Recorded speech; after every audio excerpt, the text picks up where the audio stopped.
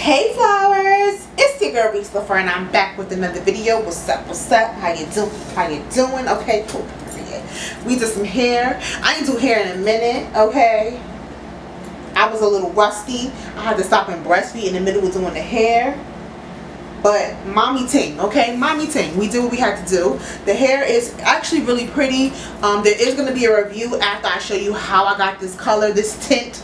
Like I said, I had to stop in the middle to the color. Anyway, but we'll talk about it. We'll talk about it. If this is something that you're interested in, make sure you continue to watch. Before we get into it, my name is Reese LaFleur. Like I already said, this is a baddie of all trades type of vibe. So that means hair, fashion, nails, makeup, all of that good stuff. If that's something that you're interested in, subscribe to my channel and make sure you hit that bell for notifications so that anytime I upload a video, you are notified. Make sure that you kiss that like button. Give me a big thumbs up if you like this. Comment down below and then share this video with your friends. We gonna hop right into the thing, okay? Period. I don't know what's about this, all about that.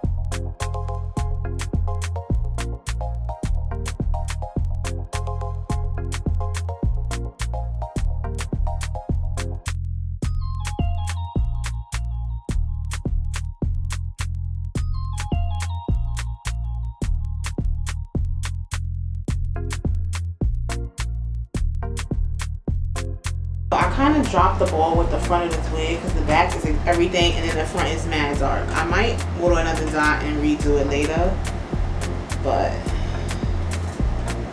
I was gonna cut it, but I like this length. I thought it was longer, but this is a 14-inch. What I think? This is a 5x5 frontal, closure.